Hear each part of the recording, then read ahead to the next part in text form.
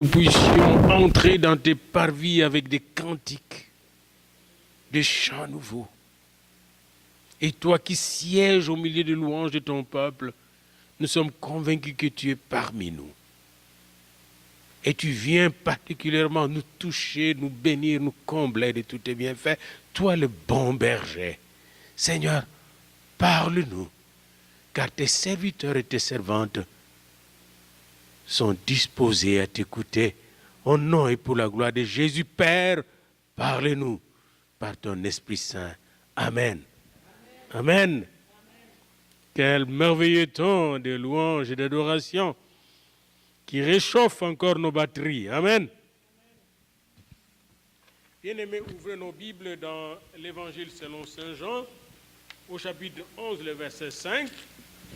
Avant de lire, j'aimerais vous signaler que, comme il y a 7 fêtes en Israël, vous connaissez ces 7 fêtes, la fête de pain sans levain avec le prémices et la Pâque, qui forment 3 fêtes dans une grande fête, la fête de la Pentecôte, la fête de trompette, d'expiation et la grande fête du tabernacle, qui sont des révélations de l'Éternel, le Je suis. Dans l'évangile de Jean, nous trouvons cette révélation de Je suis qui est le Seigneur lui-même, Jésus-Christ. On dirait que ça se croise avec les 7 fêtes de l'Éternel. On dirait aussi que ça se croise avec les 7 esprits de Dieu. La première révélation de Je suis que nous trouvons dans Jean est dans Jean 6. Je suis le pain de vie. Et ça s'adresse à nous tous qui avons faim et soif de Dieu. Le pain de vie. Je suis le pain de vie. La deuxième que nous avons vue ensemble, que nous pouvons encore approfondir, c'est quand vous êtes dans les ténèbres, dans la confusion, vous trouvez cette révélation dans Jean 8 et Jean 9. Je suis la lumière du monde. Il est la lumière dans n'importe quelle situation ténébreuse. Il nous éclaire dans n'importe quelle confusion. Il est la lumière. Et nous avons vu comment, avec le témoignage que nous venons d'entendre tantôt là, de cette femme qui était sérieusement malade, de ce problème qui a duré 9 ans, comment la lumière est venue et a réconcilié les 2 sœurs. Après 9 ans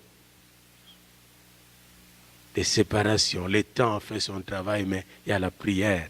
La femme de Dieu est entrée avec l'homme de Dieu dans la prière qui a amené la lumière. C'est la prière. Beaucoup de fois, nous aimons analyser les choses avec nos bouches, essayer de les arranger avec notre intelligence. Non, ce n'est ni par la force, ni par la puissance, mais par mon esprit, dit le Seigneur. Laissez le temps au temps et laissez l'Esprit Saint travailler. Et puis nous avons vu dans Jean 10, quand on atterrit là d'abord, je suis la porte. Je suis la porte de la bergerie. Je suis la porte du salut. Je suis la porte de la vie éternelle. Je suis la porte du bonheur.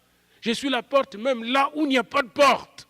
Parce que c'est lui qui ouvre et personne ne fermera, et qui ferme et personne n'ouvrira. Même, il nous a donné les clés du royaume pour que nous puissions entrer et faire entrer des gens. Lui qui est la porte. Il nous a donné les clés du royaume. Et il a lui-même les clés de la mort et du séjour des morts. Il est plus que la porte.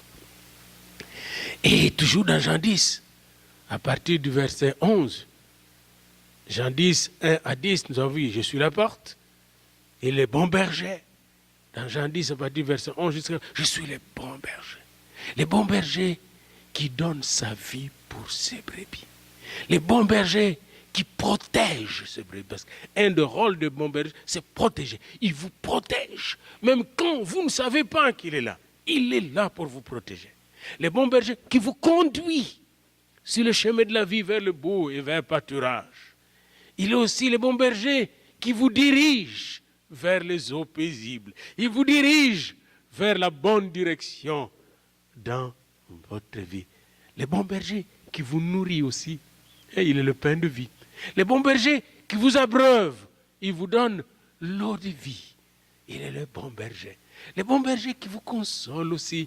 Mais les bons bergers aussi qui traitent vos blessures. Quand je suis blessé, les bons bergers, chaque berger d'Israël, il soigne son troupeau, il soigne ses brebis. Il ne laisse pas tomber ses brebis. Le bon berger qui vous cherche aussi quand vous êtes perdu ou égaré, c'est toujours le bon berger qui laisse 99 brebis pour aller chercher la 100e brebis. Je suis le bon berger. Il est le seul bon berger que je connais dans le monde entier. Il n'y en a pas deux. Le bon berger qui donne sa vie. Et il a donné sa vie à la croix pour que j'ai la vie en abondance. Il s'est dépouillé de toutes ses bénédictions en prenant ma malédiction afin que je devienne bénédiction. Alléluia. Il a pris toutes mes maladies sur lui afin que par ses maîtrissures, toutes mes maladies soient guéries. Je suis le bon berger. Et quand on entre dans Jean 11, on va voir qui il est dans Jean 11, 25. Je suis la résurrection et la vie, c'est ce que nous allons voir aujourd'hui. Puis, dans le fois qui vient, nous verrons la 6e et la 7e énoncé dans lequel Jésus dit « Je suis ». Il va dire, n'est-ce pas, comme il est dit dans Jean 15, « Je suis le cep ». Mais avant cela, dans Jean 14, « Je suis le chemin, la vérité, la vie ». Et nous allons voir la fois prochaine comment il est le chemin même là où il n'y a pas de chemin. Lui, il fait le chemin même là où il n'y a pas de chemin. Il est la vérité même en plein mensonge, sa vérité sort. Et il est la vie même là où il y a la mort. Et aujourd'hui, nous allons nous concentrer sur Jean 11. Et là, nous allons voir, je suis la résurrection et la vie. Jean 11, verset 25. Je suis la résurrection et la vie, dit Jésus. Celui qui croit en moi vivra même s'il meurt. Et quiconque vit et croit en moi ne mourra jamais. Crois-tu cela? J'ai béni le Seigneur parce que nous avons eu le privilège en 2010 avec mon épouse d'être exactement là où s'est passée cette belle histoire. Et nous allons nous focaliser ensemble, je vous invite, nous allons nous focaliser sur le texte de Jean 11. Jean 11 commence par la maladie et la mort. Est-ce que vous ne voyez pas de maladie et de la mort chaque fois? Notre sœur qui est malade, on lui a déjà dit, il te reste peu de jours. Il n'y a pas longtemps, nous avons enterré une de nos sœurs ici. Nous sommes tous ici en train de cheminer vers la mort. C'est une facticité. Personne ne peut échapper à cela. Et Jésus va nous apprendre la signification de la mort et comment il a vaincu la mort, mais aussi la maladie. Jean 11 commence par une très mauvaise nouvelle, une triste nouvelle, une nouvelle très triste.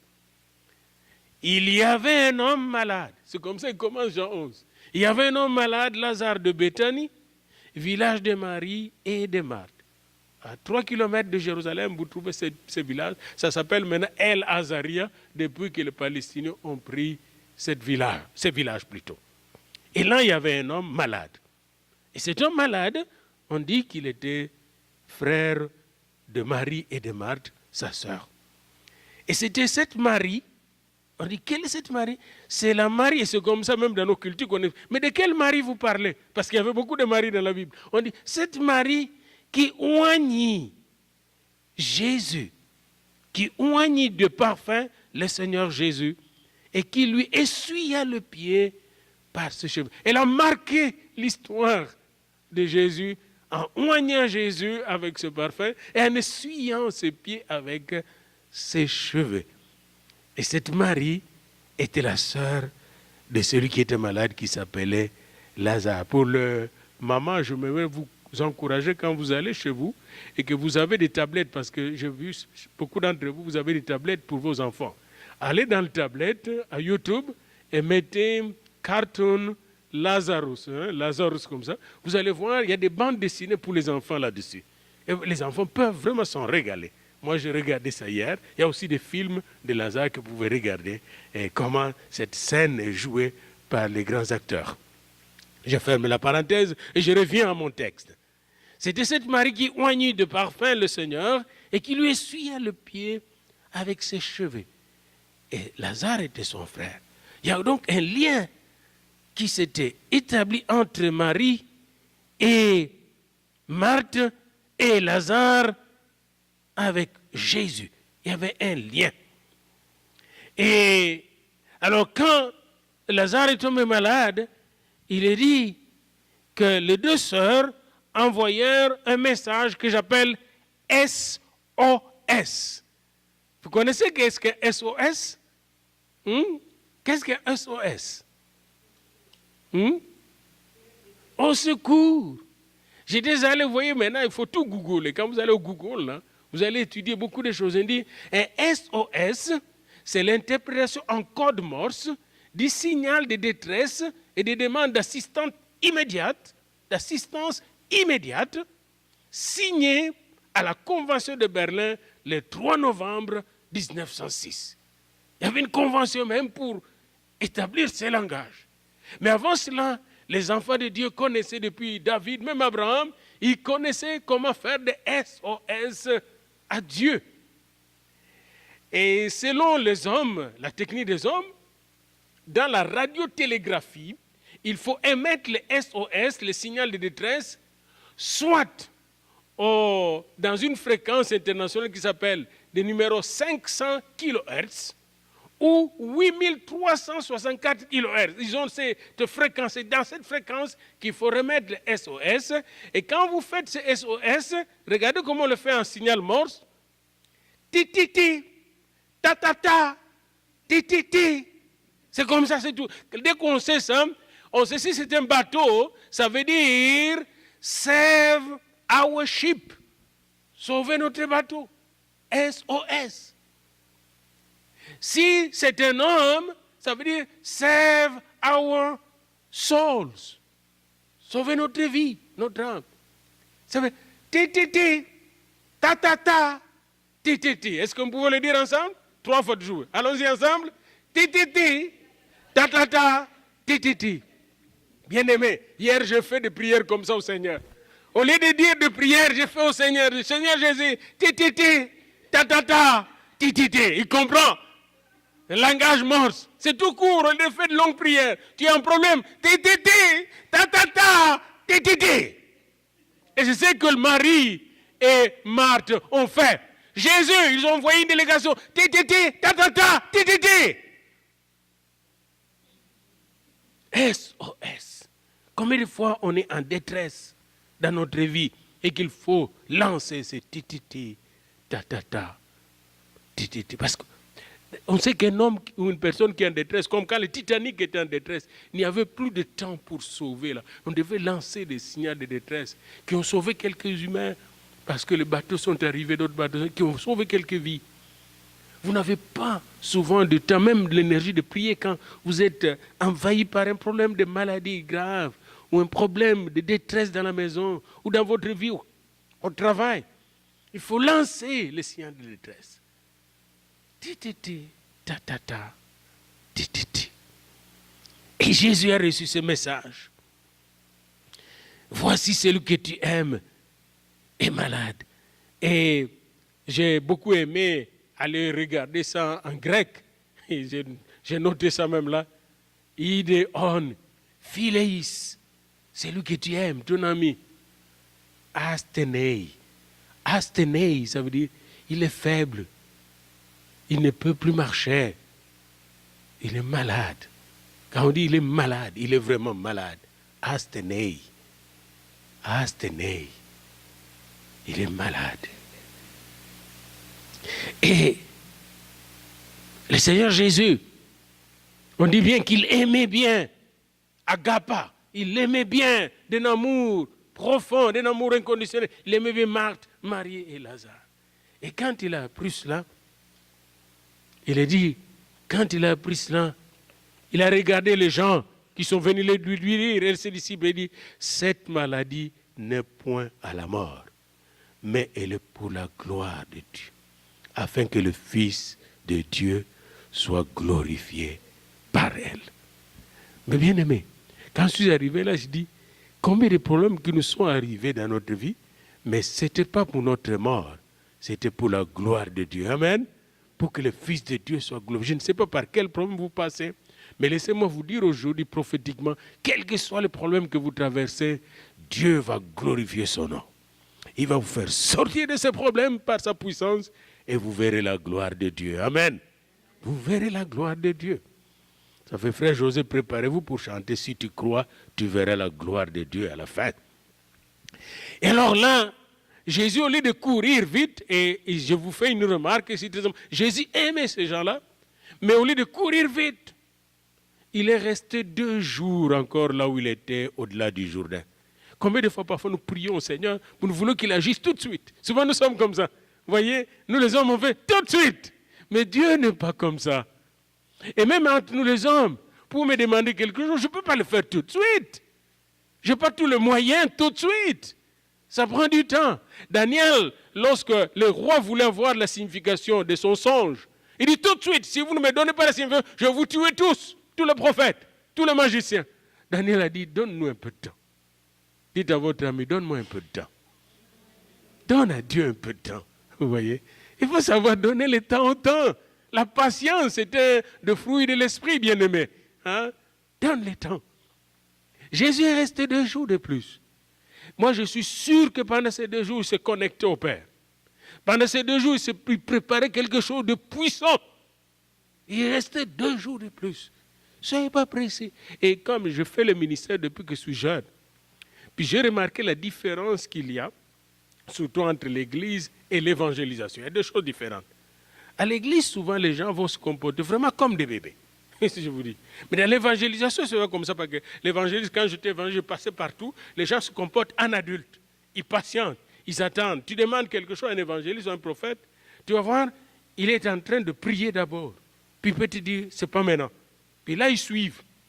Mais quand le pasteur dit, c'est pas maintenant, les gens ont tendance à agir comme le bébé. Je me rappelle encore hier, je suis allé voir ma nièce avec Thérèse et tout ça, ma belle-sœur Thérèse. Et là, ma nièce voulait que je descende jouer avec elle en bas. Elle voulait tout de suite. Descends avec moi, on va jouer. Et elle avait besoin de jouer tout de suite. Ça, c'est l'enfant. Et je la comprends. Vous voyez, la petite fille, elle voulait jouer avec son oncle, mon oncle. Vous voyez. Hein? Mais nous, les adultes, nous devons apprendre à patienter. Un enfant de Dieu doit apprendre à patienter. Amen. Même quand vous avez les 5 ministères, vous avez 5 ministères que Dieu vous a donnés dans l'Église. Vous avez l'apôtre envoyé par Dieu, le prophète envoyé par Dieu, l'évangéliste envoyé par Dieu, les pasteurs et le docteur. Ensemble, ces ministères sont pour l'édification de l'Église. Mais ces ministères ne dépendent pas de vous, ni des circonstances. Ces ministères dépendent de Jésus. Ils ne peuvent rien faire sans que Jésus les autorise à faire, même pour imposer les mains. La Bible nous dit de ne pas imposer les mains avec précipitation. Donc même pour ça, il faut avoir la permission du Seigneur. Quelqu'un vous arrive avec un problème, vous devez consulter le Seigneur. Et là, le Seigneur reste 2 jours. Et après les 2 jours, le Seigneur s'élève et dit à ses disciples, Lazare, notre ami, est couché.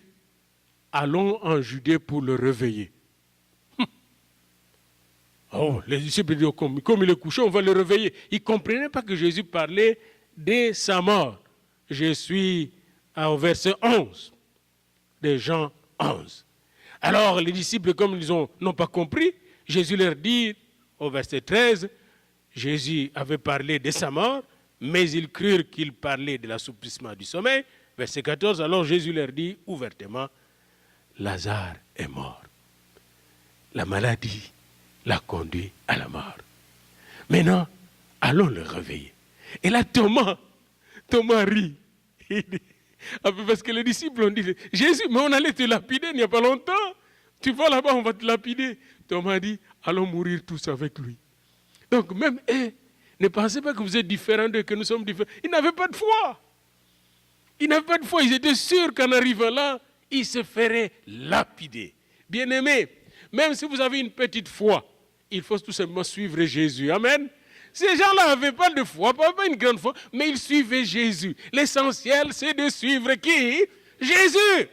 C'est lui qui est le consommateur et le chef de la foi. C'est lui qui suscite la foi. Tant aussi longtemps que tu suis Jésus, même si tu as une petite foi, tu finiras par voir de grandes choses. Amen. C'est important pour nous.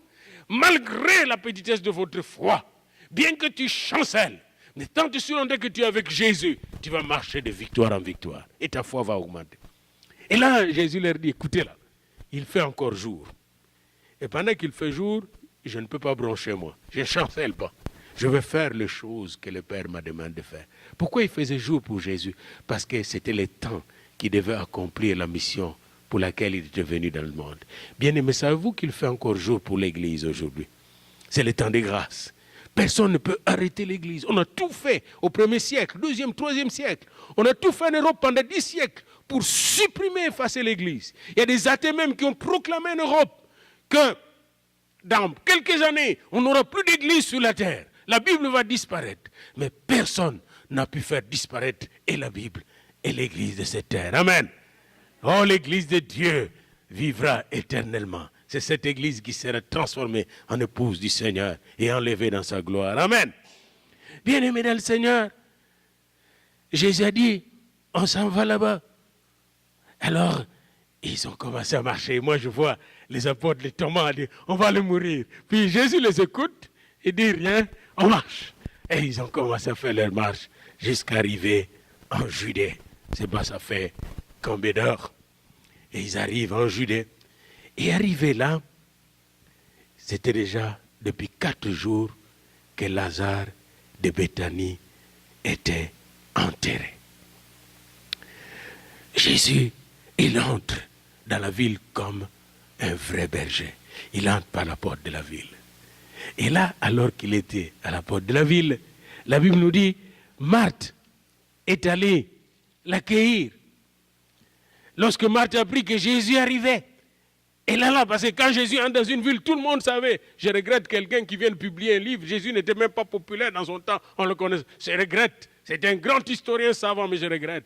Ce n'est pas vraiment un intellectuel, parce que historiquement, Jésus était connu dans son temps. Quand il arrivait dans une ville, on savait que le faiseur de miracles, les guérisseurs de malades, les chasseurs de démons venaient d'entrer. Il était très, très populaire. C'était une vedette de son temps pendant 3 ans. Jésus entre à Béthanie. Et là, tout le monde sait à Béthanie. Il est arrivé, il est encore à la porte de la ville. Et là, Marthe se lève et va voir Jésus. Et quand Marthe arriva au-devant de lui, Marie était restée à la maison. Marthe dit à Jésus, Seigneur, si tu avais été ici, mon frère ne serait pas mort. Est-ce que vous réalisez ça? Marthe savait que si Jésus est présent quelque part où il y a la maladie doit disparaître. Amen. Est-ce que c'est votre foi aussi? Si Jésus est là où il y a la maladie, Jésus guérit le malade. Amen. Si tu aurais été ici. Et alors là s'engage un dialogue entre Marthe et Jésus. Jésus lui dit, et Marthe dit, mais maintenant même, je sais que tout ce que tu demanderas à Dieu, Dieu te l'accordera. Quelle foi! Quelle foi! Mais maintenant Jésus lui dit, ton frère ressuscitera. Oh! Là, le degré de la foi de Marthe commence à montrer ses faiblesses. Il dit au verset 23, et ton frère ressuscitera. Et Marthe dit, je sais, lui répondit Marthe, qu'il ressuscitera à la résurrection au dernier jour. Ici, c'est la théologie que Marthe avait appris auprès de Jésus. Que Jésus va ressusciter les gens au dernier jour. Ça, c'est notre théologie. Mais Jésus est au-delà de la théologie. Amen. Jésus est au-delà de la christologie. Jésus ne peut pas être enfermé dans une théologie. Même sa propre théologie ne peut pas l'enfermer. Marthe a bien compris qu'un jour Jésus va ressusciter les morts au dernier jour. Mais Jésus est plus que la doctrine de la résurrection des morts au dernier jour. Et écoutez ce que Jésus dit maintenant. Verset 25, Jésus lui dit, je suis la résurrection et la vie. Amen. Je suis la résurrection. Vous parlez de résurrection de la fin des temps, mais vous avez affaire à la résurrection elle-même.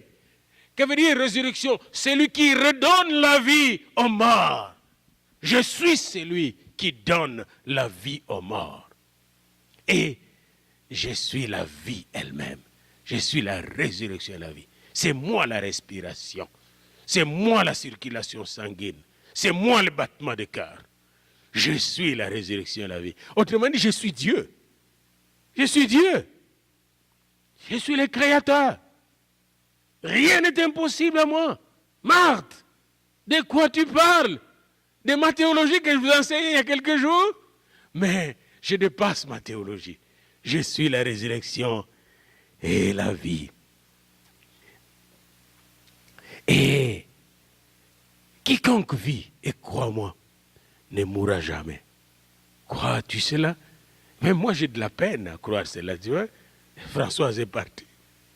Déjà meurt. Comment Seigneur, quiconque croit en toi ne mourra jamais? C'est difficile de croire à ça. Il y a une autre dimension qu'il est en train de nous enseigner ici. Quiconque croit en moi ne mourra jamais. Et de quoi tu parles, Seigneur Jésus? C'était ma question aussi, mon Seigneur. Tu sais, quand tu dialogues avec Jésus, il faut être très, très sérieux avec lui pour aller dans la profondeur des choses. Et il continue. Il dit, celui qui croit en moi vivra, même s'il meurt. Et quiconque vit en moi et croit en moi ne mourra jamais. Crois-tu cela? C'est ça la différence. Est-ce que tu crois cela? Est-ce que tu as la foi? Ah, c'est ce que je dis là. Et il lui dit, oui Seigneur, je crois que tu es le Christ. Voyez-vous, Marc est en train de skipper, hein, d'échapper. Il ne répond pas vraiment à la question. Je crois que tu es le Christ, le Fils de Dieu qui devait venir dans le monde. Et dès qu'elle a dit comme ça, bye bye, il rentre à la maison. Il dit, Marie, ton ami est arrivé, il est là à la porte. Autrement dit, il m'a enseigné. Hein? Puis regarde ce qu'il m'a dit. Et là, Marie s'élève à son tour. C'est le tour de Marie. Bien aimé, vous voyez ici, chacun est allé à son tour vers le Seigneur. Chacun de nous doit aller tour à tour vers le Seigneur, lui parler, l'accueillir à sa porte. Chacun, ça m'a beaucoup frappé.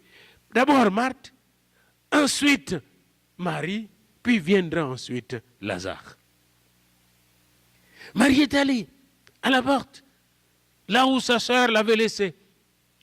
Sa sœur lui a dit, le maître est ici. Le maître de la vie est ici. Le maître de la mort est ici. Le maître de la santé est ici. Le maître de la vérité est ici. Le maître de l'éternité est ici. Marthe a dit, le maître est ici. Et il te demande. Laissez-moi vous dire quelque chose ce matin, mes bien-aimés, mes sœurs et mes frères, et ceux qui nous suivent à travers l'Internet. Le maître est ici. Amen. Et il te demande. Le maître est ici. Et il te demande. Il te demande. Il veut te voir. Il veut te parler. Il veut t'encourager. Il veut te consoler. Il veut faire des choses merveilleuses dans ta vie. Amen. Le maître est ici.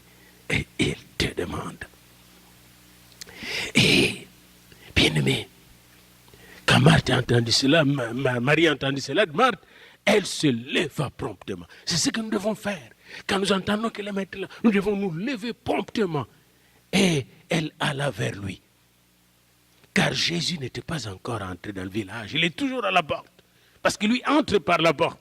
N'oubliez pas, les bons bergers n'entrent pas par ailleurs. Il entre par la porte et il attend qu'il soit bien accueilli. Et peut-être qu'il est à ta porte, il attend que tu l'invites, qu'il entre dans ta maison.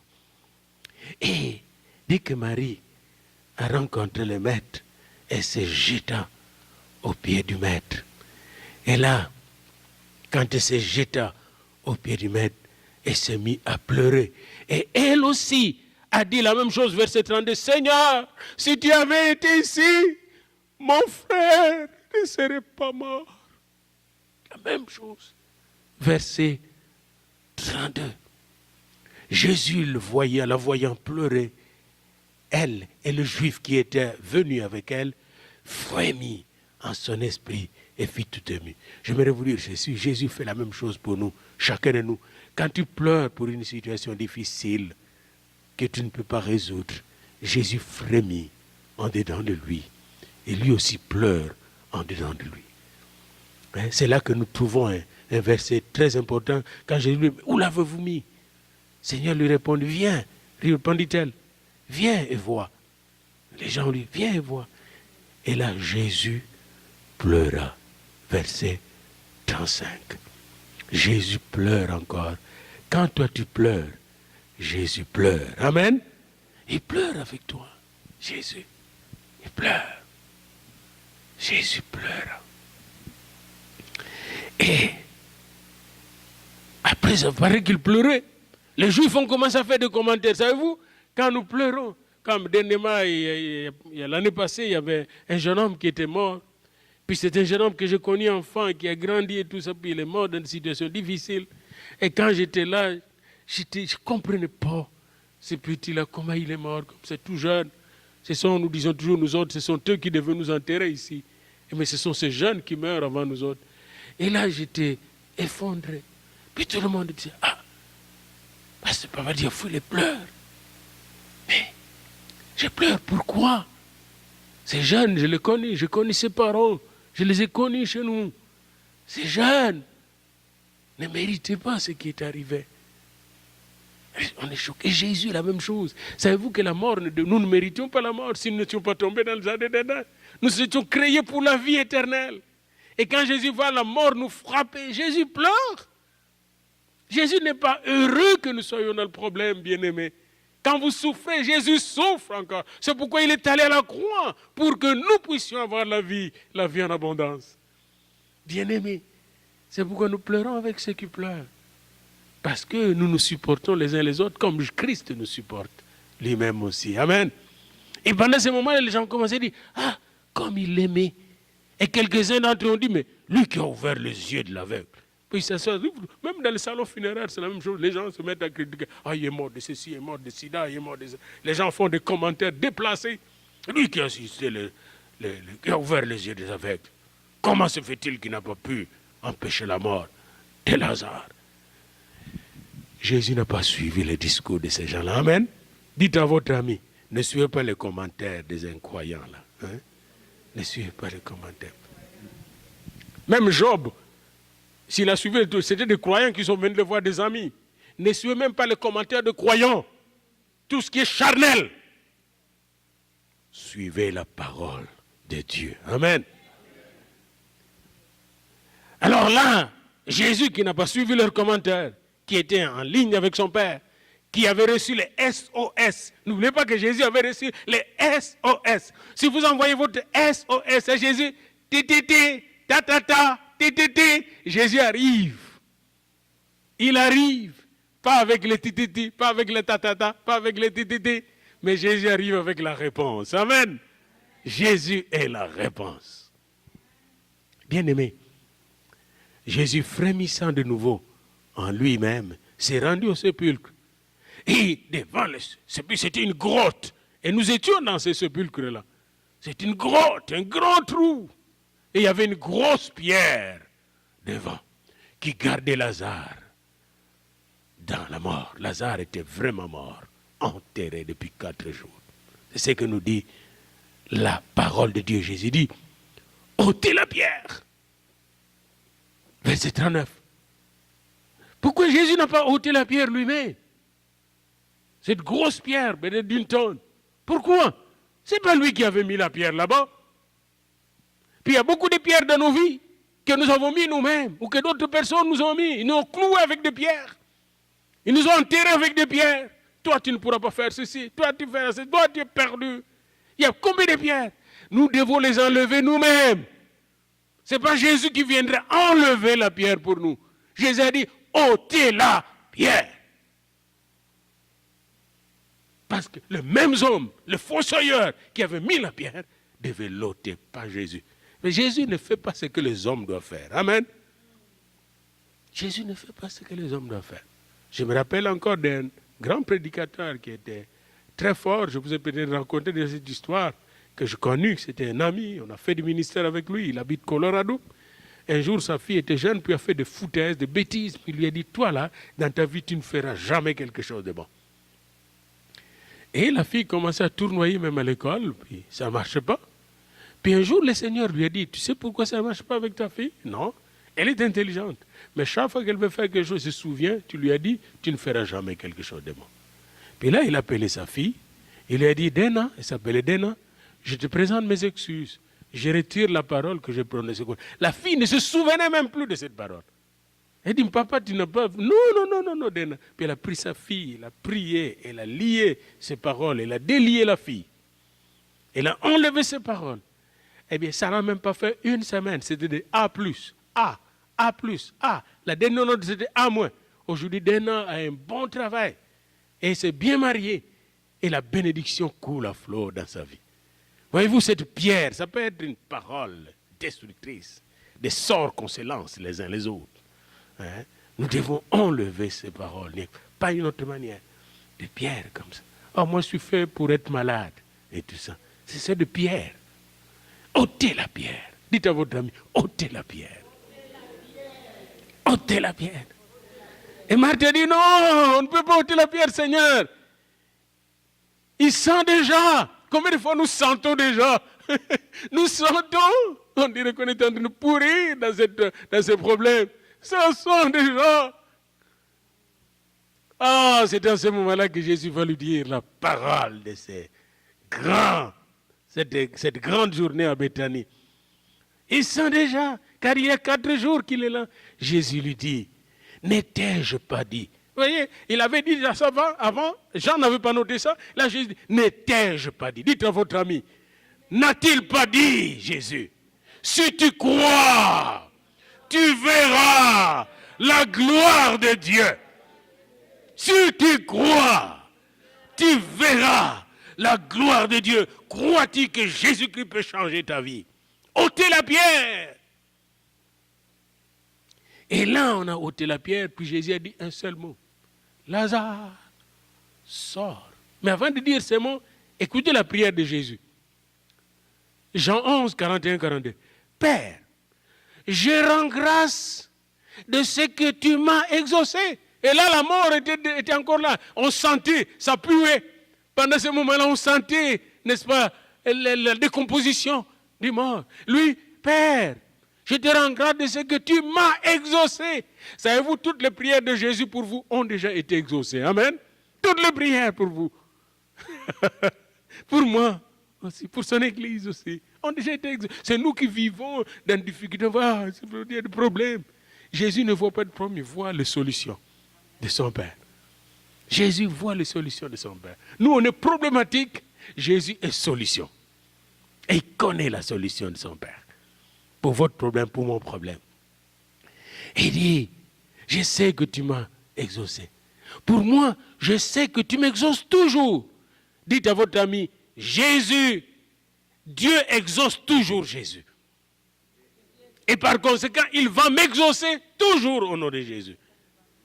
Mais j'ai parlé à cause de la foule qui m'entoure. Jésus était en train de lier l'incrédulité de la foule. C'est pourquoi il a dit, je sais que tu m'exauces toujours. Puis tout le monde l'entendait. C'est pourquoi on a enregistré la prière. Moi aussi, je lis notre incrédulité au nom de Jésus. Car je sais que la bénédiction de Jésus va couler à flot dans vos vies et dans notre vie. Amen.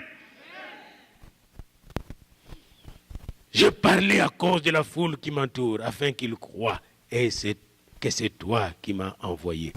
Puis il cria, Lazare, sors. Et là, vous allez voir dans le film, Lazare n'a pas attendu qu'on le délie. Il est sorti, il sortait tout délié, tout lié dans son linceul. Il sortait là, vous voyez dans le film, vous voyez, il sort, parce que quand tu es mort, là, on t'emballe comme un colis. Il est sorti comme un colis. Et là, Lazare se trouve à la porte, il ne peut plus. Combien de fois, parfois, nous voyons des problèmes, mais brusquement, la solution arrive. Là où était le problème, avec le problème, la solution arrive. Lazare sort avec sa pourriture qui a déjà disparu. Il est dans le linceul encore.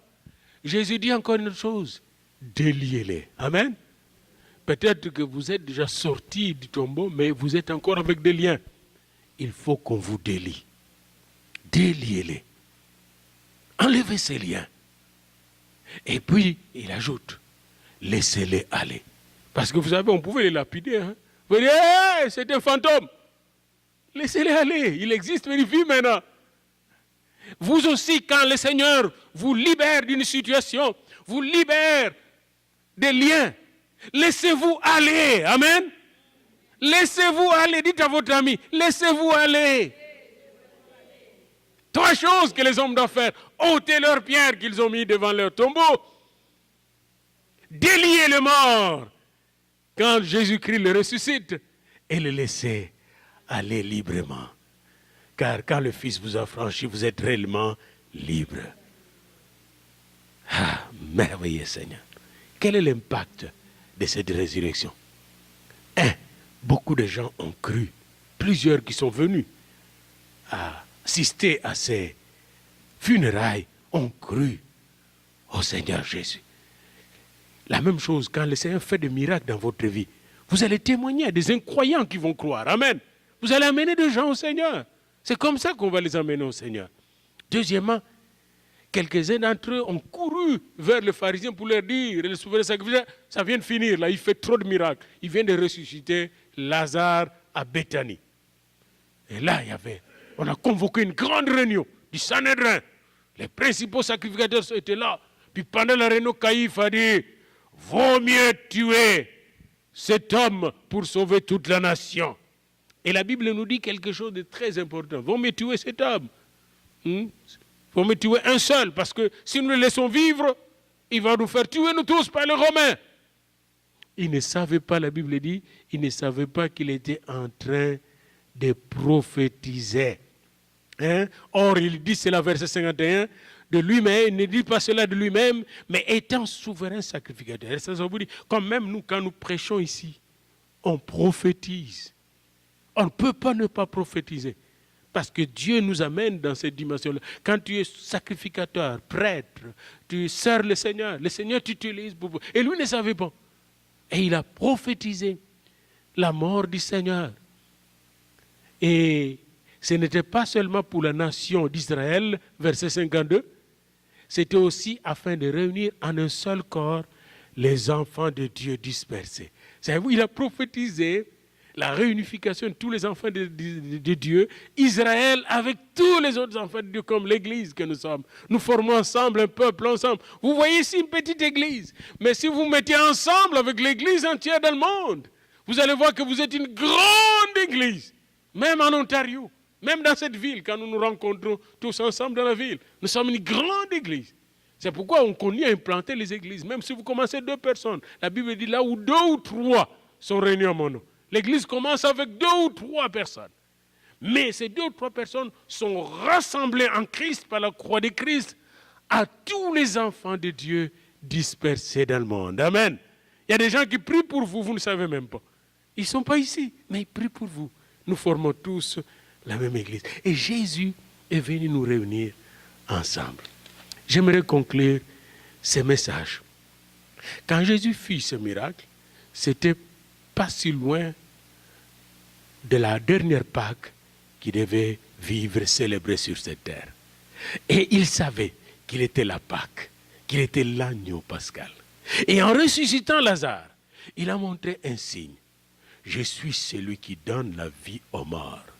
Et vous savez vous-même que quand Jésus était mort, à sa résurrection, des gens qui étaient morts avant lui, Matthieu 27, 45, 54, les saints qui étaient morts avant lui étaient ressuscités avec lui et sont allés avec lui dans le ciel.